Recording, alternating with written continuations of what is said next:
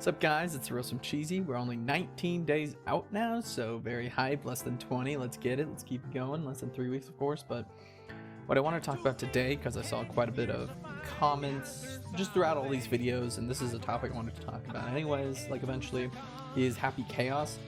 And while some people are thinking that he may be the main villain of this new story, I doubt it, right? Given that he, again, we're going behind the scenes and deeper into the story, right? And so my thought process, again, this is happening during the G4 Summit, maybe a little bit after, so maybe we'll see him come back, but we kind of saw that scene already at the end of first Strive story.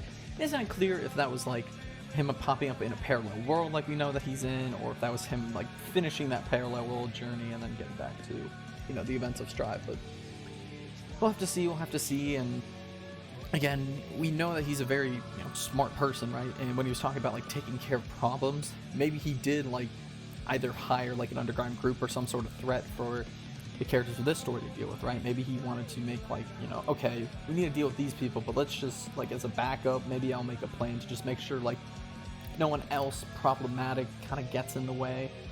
And the only one that I think, well, okay, there are multiple problematic people, right? But I think the main two people that he would think are problematic are probably Delilah and then Faust. Just again, going off those two are some of the probably most knowledgeable magic users that we know about thus far. So that's how they would tie back. And, we don't know everything about Delilah, but again, knowing that Bedman, like, obviously, or I should say, Happy Chaos in his arcade, like, very much was impressed by everything that Bedman did. Like, he sung his praises, right? Like, Bedman was able to, erase his own universal ID, became like a demi-human, understood, again, universal IDs, which raises the question, because Happy Chaos is not a demi-human. Like, that's all but confirmed, because he literally says, like, when they're talking about demi-humans, he literally looks to Ino, who it's good to know. It is interesting to note that Ino is not a demi-human as well. She's like a backyard apparition, which is different. But she's like, demi-humans, unlike you and me, again, implying that they're not, so. Yeah, but again, to become a demi-human, there's two ways that we know thus far. And that's either be born a demi-human or become a demi-human, and how you become a demi-human can vary, but one of the ways is just to leave your own universal ID. So is Bedman smarter than Happy Chaos because he can delete his own universal ID? Who knows? Can Happy Chaos do it? And if he can, why hasn't he? And again, he knows about demi-humans. Like, Happy Chaos has really opened the gateways to, again, demi-humans, and I do think that will be a very crucial topic brought up by him, because he literally, it's like, he asked Ino at the end of one of his, level 8 endings, he's like, hey, so you became God, you became all-knowing, similar to me, do you remember where demi-humans came from? And Ino's like, shit, I don't. And he's like, oh, interesting, but again, that implies to me that he knows where they came from. And the reason that he's so knowledgeable, right, is because he has all this information, like, literally just in his head, like, he knows too much, like he says. And that's why, again, when you know everything, the concept of good and evil cease to exist. And I think, again, Happy Chaos is another one. I mean, if we're just going back to even just the original, right, because Happy Chaos is just an alias that he took. The original and the Happy Chaos are the same person, but they were two very different people, right? And I really hope we get to see exactly how Happy Chaos changed into this, and maybe see how he was before his transformation, right? Because he originally just discovered the backyard, and then made the tomb, and then, introduced the world to magic when, technology started failing.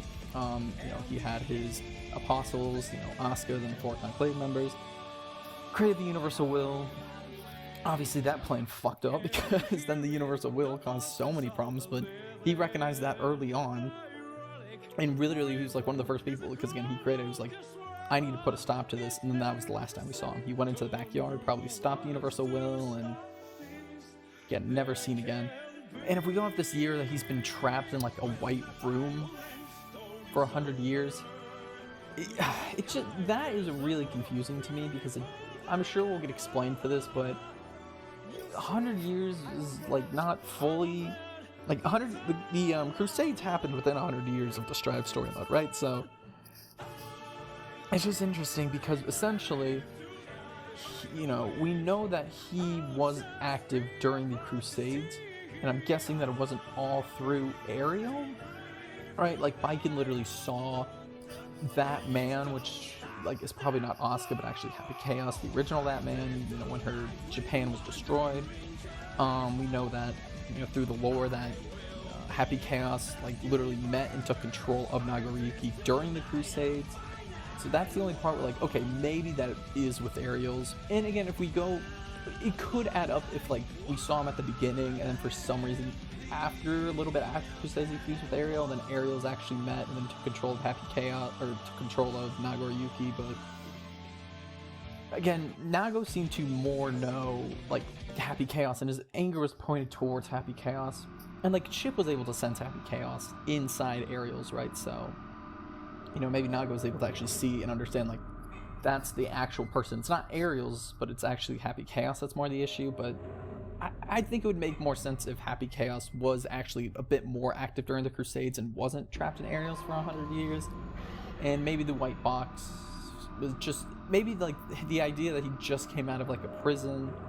Well, no, he said, because again, he said to Ino like right after story 1, he was like, okay, I've been trapped in like, you know, you be locked in a white, like in a room for 100 years, like then you'll get it. But because it's either referred to Ariel's, or my other idea is that it's referring to the backyard, because it would make sense that if he like tried to fight the universal will and then maybe failed or got absorbed by her, maybe he was stuck in the backyard for, again, so much time, maybe even like 100 years, and that's why he's changed so much, right?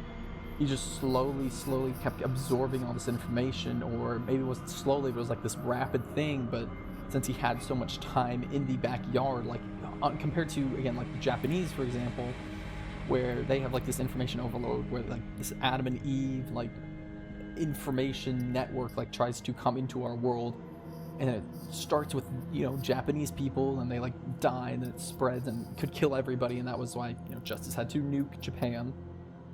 Maybe Happy Chaos like did die, and that's what actually led to his initial death, because we know that he's a spirit. He always talks about being dead, and again, just like Nagoriyuki calls him a yokai, which means spirit, so adds up. But maybe he died because of that information overload, and then because he was trapped in the backyard, you know, his spirit was there, and it just kept slowly like adjusting to that information overload, where eventually he came back. And the other interesting thing to note with that as well, though, is Nagoriyuki in the arcade for Happy Chaos also points out that Happy Chaos was chosen. So this implies, again, like higher beings, maybe demi-humans, right? Maybe like actual gods, because the story does hint at multiple gods, right? Like, you know, gods that actually...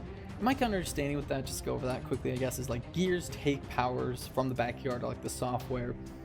Demi-humans find ways to like transcend and not be limited by the backyard, and then that's like become demi-human beings. Demi-human naturals like Slayer are beings who have to down convert to, you know, the backyard like software situation, so they have to like, they can again like transcend certain aspects of it, but again they have to down convert to it, right? And then gods are like literally the ones who like control it, right? Like they can change it as they want, they can affect it as they want. So again, who was he chosen by? It's either gonna be like gods or, you know, demi-humans most likely. And it said that the reason he was chosen is because he has equal parts, equal resentment. Like he's like the ultimate neutral party, and he was chosen, as he kind of hints at and like talks about, to make sure that humans can coexist with intent, you know, probably talking about Gears, right? And it's like, if they can't learn to coexist, their, you know, instincts are going to eat them whole.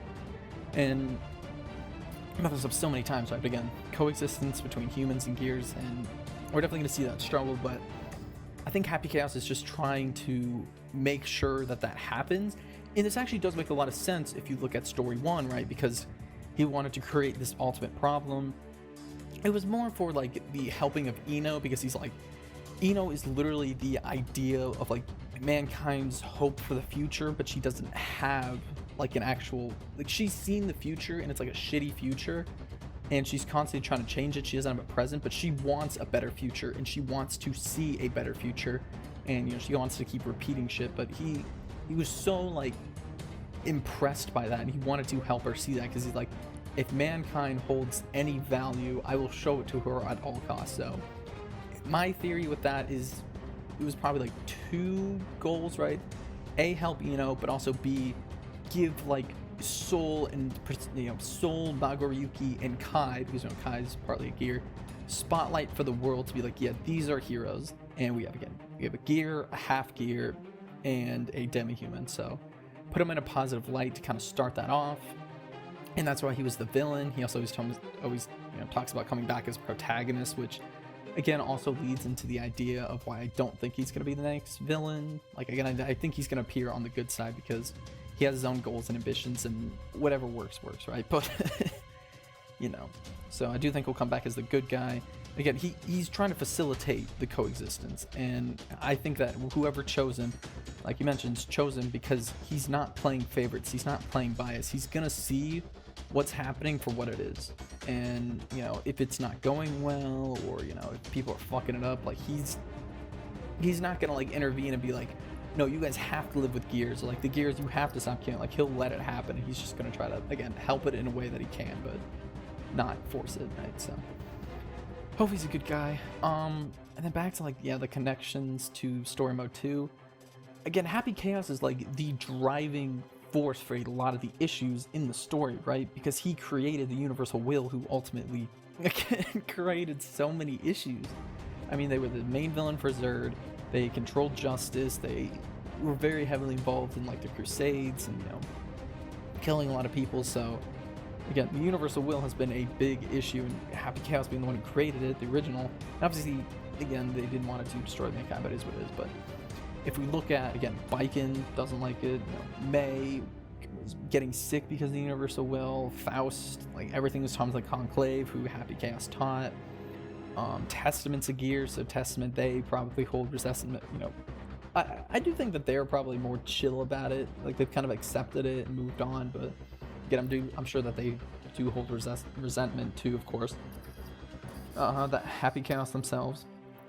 And Delilah, of course, hates Happy Chaos, but it would be a really interesting twist, and I do think it's just, again, more and more likely by the day that Happy Chaos is blood-related, or like, Bedman and Delilah are descendants of Happy Chaos, just again, given that their eyes, like I mentioned, eyes are very similar, like Chip points out, and, well, he didn't point out that they're similar, but he looked at his eyes, both him and Anji, and they were like taken aback by it.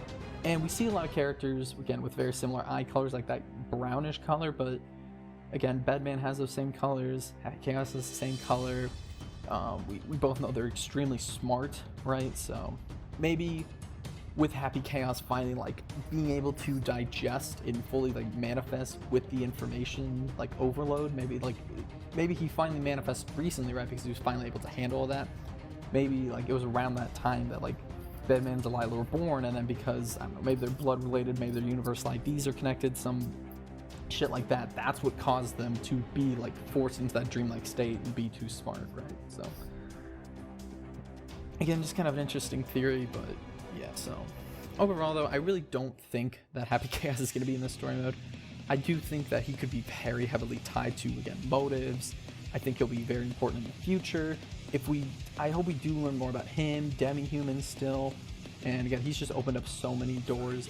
And I would like, at the very least, to again see what all these characters think, right? And again, if we look back at, again, maybe Happy Chaos did do this to try to, on top of help Ino, also create a problem so that bigger threats maybe aren't an issue. Again, if we look at Delilah and Faust being two of the smartest magic users, maybe they could be the hints to discovering fully what happened to Happy Chaos, fully understanding his powers. Happy Chaos is the only person that we've seen thus far be able to manipulate appearances and minds and everything. And, it was appearances, minds, and actions. And he's not able to affect demi-humans like Nagoriyuki, like he literally says, I can affect your actions, but I can't affect your mind. So obviously there's some limits to that, but Happy Chaos can literally do what he wants. Like I said, he can literally snap his fingers and motherfuckers open. But yeah, no, let me what y'all think about Happy Chaos. Again, I really don't expect to see him in this story mode 2. I'd be delighted, to see him in this new story mode for sure, but I don't think it's gonna happen.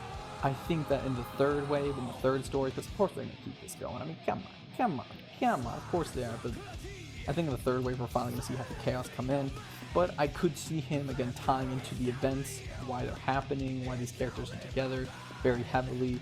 You know, he's a big schemer. He's very into, like, again, we're talking about getting deeper into the story.